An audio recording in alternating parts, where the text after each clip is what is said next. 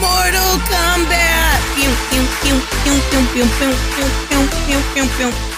Hey guys, it is Tristan with Nerdette's Newsstand, and today we are going to talk about Mortal Kombat movie, the new one. So, of course, spoilers.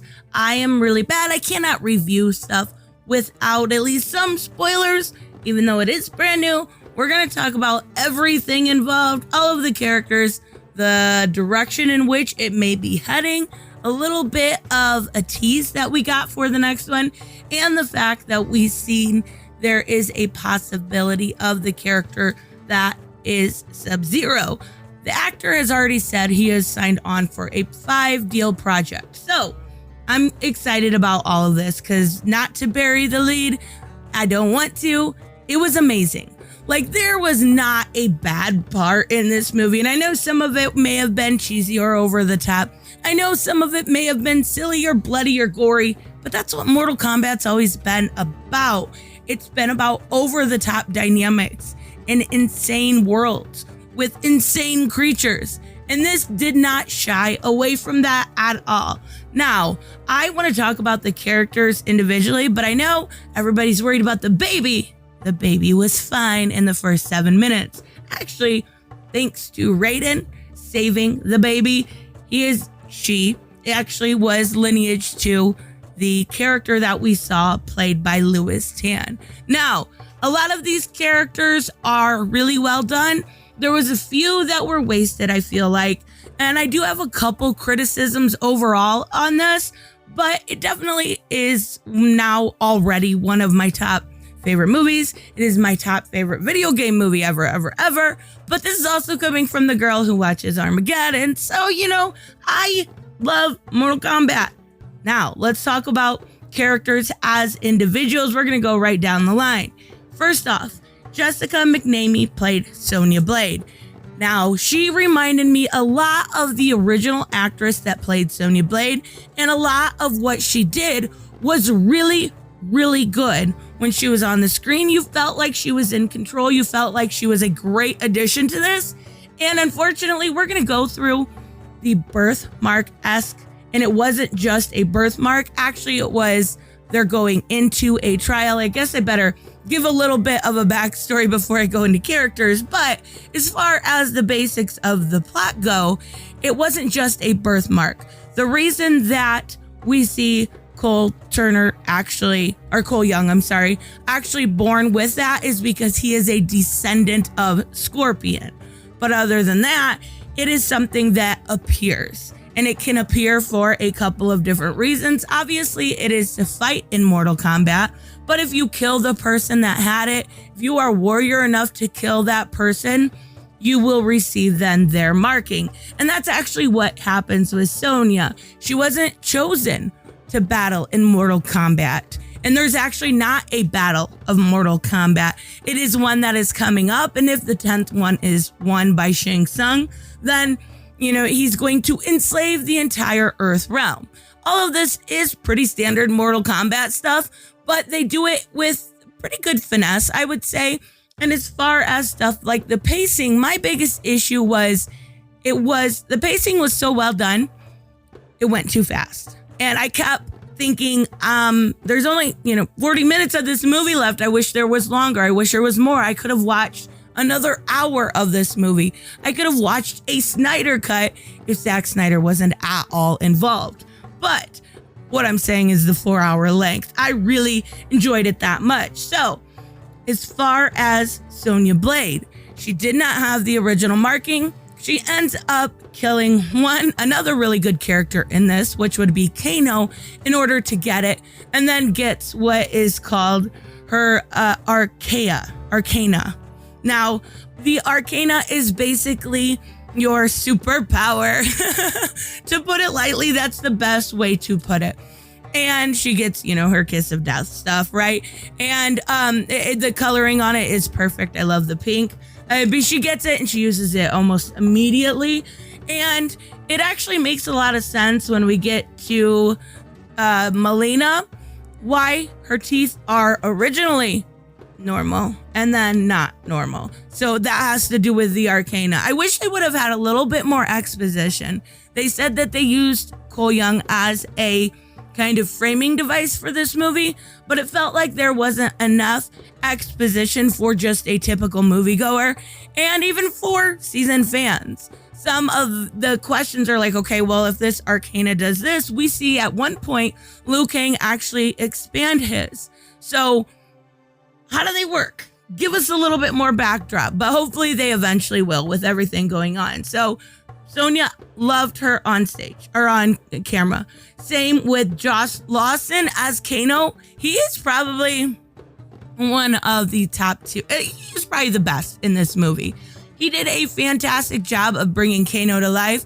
Obviously, his Arcana came about in a dinner scene where he was kind of more along the lines of an anti-hero and he goes full villain eventually, but they make him mad and he gets his eye laser and he loves it. And a lot of his lines that he delivered don't feel forced. He talks about making a comic book.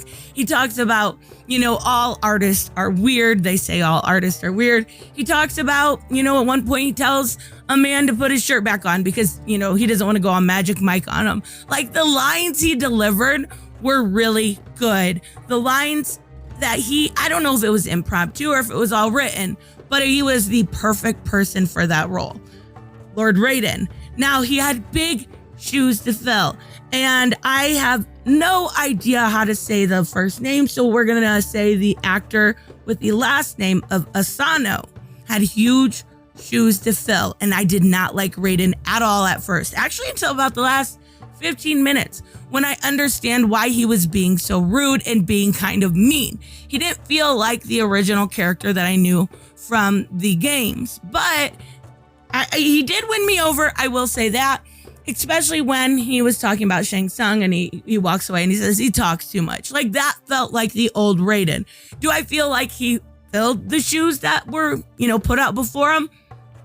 95%. I would say yes. I am, of course, going to love the original Raiden just because he was such a, iconic role.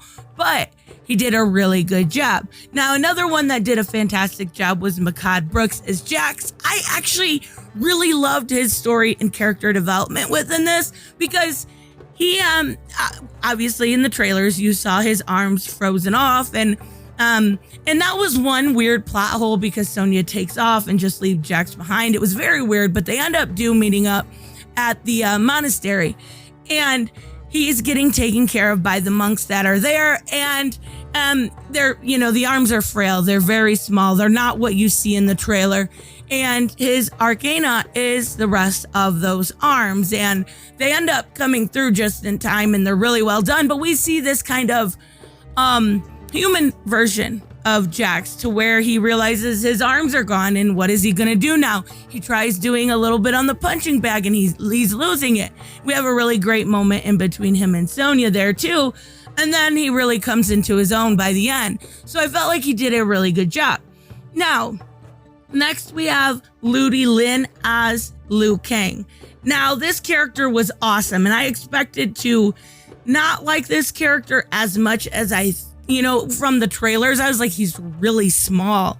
I'm not sure if he's going to do Liu Kang justice. He looks teeny tiny. No, actually he did a great job. And he did a great job of kind of explaining the Arcana and explaining how everything went. I feel like he is Mortal Kombat. He would be, in my eyes, the most iconic character when it comes to that game. I feel like he could have done, had a little bit more. And then when you add in his cousin, Kung Lao, I hope there was rumors a while back that we were going to get a Shaolin Monk series. That would be wonderful. These two together were so good. Every time they were on the screen, they did a great job. And actually, I'm going to skip over Scorpion because I want to talk about Max Huang, who plays Kung Lao. Holy crap. This guy was gold every time he was on the screen. Every single time. And unfortunately, it doesn't last the whole movie. We actually see an awesome fan service. So we're going to talk about fan service here in a minute. But, your soul is mine, and he sucks his soul out. And unfortunately, it's Kung Lao. That's really a shame. We'll see if he comes back. But if he doesn't come back, it's a shame because this guy was gold. Like, I don't play Kung Lao. Normally, I don't ever main with him. I don't like the character in the games. I loved him in this movie. And I think that has a lot to do with, the actor. So we are going to talk about Mr. Sanada as Hanzo Hasashi or Scorpion. Now, most people saw that first 7 minutes. If you haven't seen the movie, you'll know that, the basic backstory, right? And it doesn't really change, but when he dies in that scene, he's crawling towards his baby, like in the best, amazing gesture ever, but he's taken to hell. And I'm not sure exactly why, and they never explain that. So I feel like at some point, they need to do maybe a backstory of the two, him and Scorpion. They need to do, it's been done and done and done. But for this franchise, it would be wonderful to see their story. Why was he taken to hell? Why did he have to live there for 400 years? Why, if you're not involving Quan Chi and him getting his hell-esque powers, how did he manipulate and survive in hell? And what did he have to do to earn those powers? Did he just have to be avenged, or what is going on? So regardless, Hanzo Hasashi was fantastic. Like, the actor that played him, seeing that man cry for his children, seeing him avenge and do the whole we saw Toasty. Near the end, you see him do his fatality, right? On Sub-Zero. And when he takes off his mask to reveal his half of a skull face, because you can't show the whole skull face in China, right? But the half looked fantastic, and we see him breathe fire, and it was just like one of those moments as a fan, you were just like, oh my god, it's so good. So let's talk about Sissy Stringer as Mileena. Yeah, this fell flat for me. I'm not gonna lie. For one, it was a race swap character, which felt very weird to me. Two, she was basically Shang Tsung's bitch. Like, she didn't feel like she had her own story at all. And she didn't feel like she was much more than just kind of his military police, right? And she her Arcana is her teeth, right? So she gets it. She gets her Arcana. And then, Sonya blasts her through the belly and she's dead. We didn't get to see much more than 2 seconds of her iconic teeth. And there's a lot of people that are going to complain that they covered her up. I actually don't care about that. I care more about her being the Mileena I know and love. And this is the character that fell flat to me. I did like it. It's nothing against the actress at all. It's more against the fact that her in this wasn't written well. Now, everybody on the villain side that did die were taken back by Shang Tsung. And hopefully they have a redemption in the next movie. So we also have 2 actresses that played Emily and Allison, which was the main character. It was his daughter and his wife. Now, they were okay. Now, it's pretty funny because the whole time I was confused, actually, because when I first read when they wanted to do the casting call, I'm like, okay, they have this guy as a single dad, So the whole time I'm going through the movie, like, this girl's gonna die. She's gonna die, and then she just doesn't die. I'm like, okay, I'm so confused here, but that was just because I read the original casting call, but they did well. I liked Emily, thought she was cute. I thought Laura Brandt as Allison did a great job. Also, she reminded me a lot of Amanda Cerny. Oddly enough, but she did good. Nathan Jones as Rico. Rico was another one of those characters that were basically military police, right, for Shang Tsung, and wasn't really utilized to his best way. But Rico's never been my favorite, so I really didn't mind this one as much. And we see him, he dies, and he's gone. Like, he didn't have a chance to shine, and that's not his fault. Again, that's the fault of the direction and the screenwriter. But I do think he did a good job. I actually think he was a little bit almost better as far as the acting department than we saw from Mileena. So one of the Shang Tsung lackeys that was actually really, really good was Kabal. Now, that was voiced by Damon Herman, and it was actually voiced by one person, and then the other person did the acting part of it, Daniel Nelson. But they combined did a fantastic job. Like, you actually look at Kabal, and you're like, that's Kabal right out of the video game. Like, the way that they put all of the costumes, besides maybe Mileena, I don't have a complaint about any of them. Like, it was right out of the game. I was shocked. And another thing I was shocked at is the VFX for Kabal. They didn't look like some goofy off-brand speedster. They looked like Kabal was going by you with this iconic purple, line. And it looked like it was, I was so impressed with the SFX. So then you have Angus Sampson as the voice of Goro. Goro looked great. There's not much to say about Goro because it's a giant CGI monster.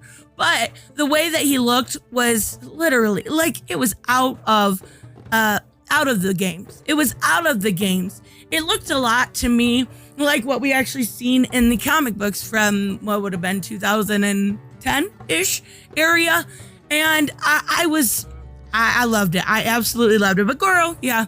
He gets eventually beaten by Cole Young.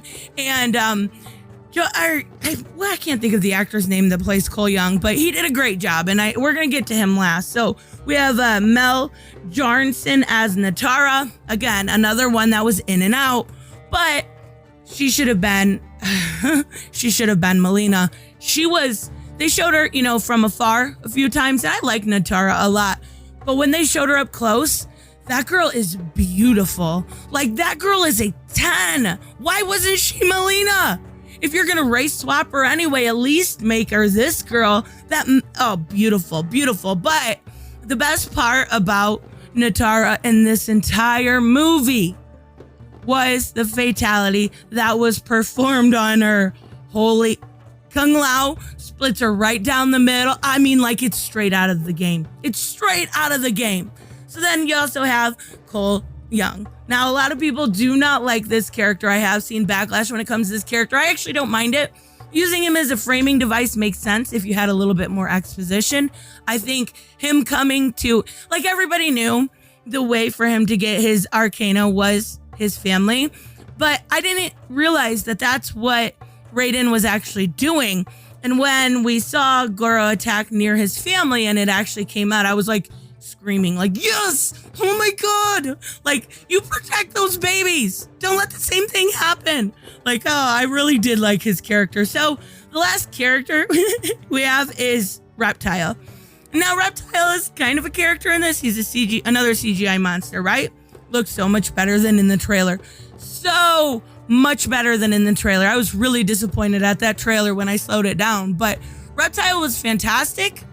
Reptile was a real reptile, and it worked so well. Like, I loved it. I was like seeing him and not seeing him because at parts he was invisible, right? And using his acid spit and everything. Like, these people knew what they were doing. They were fans. They knew how to put this together and make fans happy. So now we're going to move on a little bit quickly from the characters. I'm going to talk about a few things I want to pick at. So there was a lot of story and lore changes, and there was a few plot holes. There definitely was. It wasn't perfect. The story wasn't perfect. The lore changes were not perfect, but I loved it. That didn't make me like it any less because I could fill in the holes myself, but that's not okay necessarily for a normal moviegoer. So I would say, had I not known anything about Mortal Kombat, I'd have probably given it an 8, but just because I do, I'm saying, but I still can't pick. My favorite movie's been Wonder Woman for years. I don't know if I like this better or not yet. So as far as the Sub-Zero Bihan, right?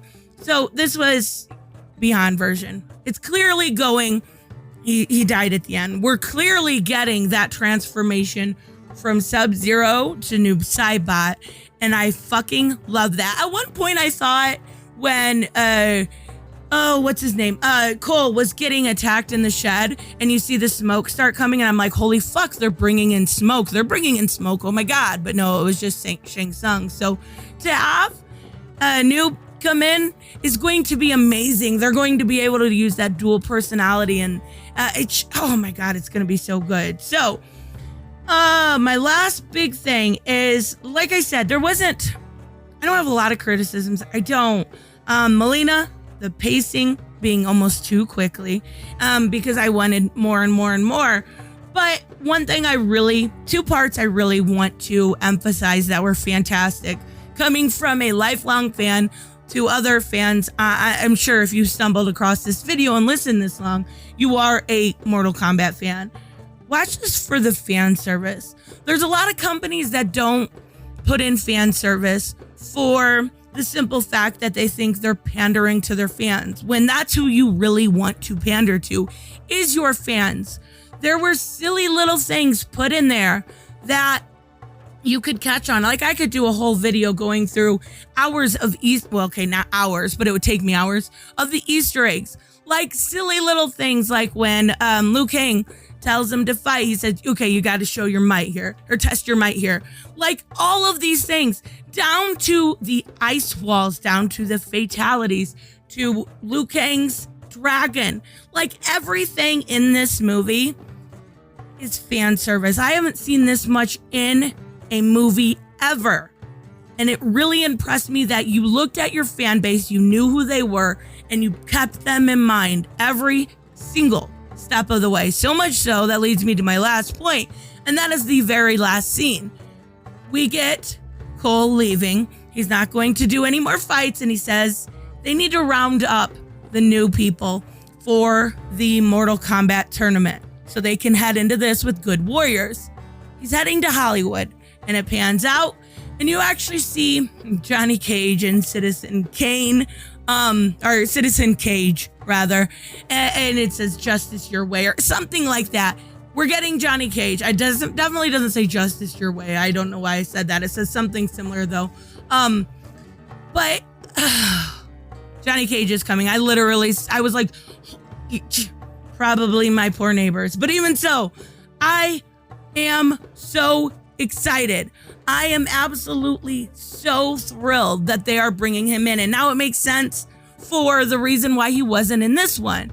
I don't know if they're going to be bringing in more characters. I'm sure maybe Stryker. I'm sure maybe a lot of the characters, but now they have the opportunity to actually do so. I'm thrilled. This was a perfect, it wasn't perfect. This was a 9.9 out of 10 for me. If I could say anything else, then I don't know what else I'm doing besides chilling. Let me know what you guys think.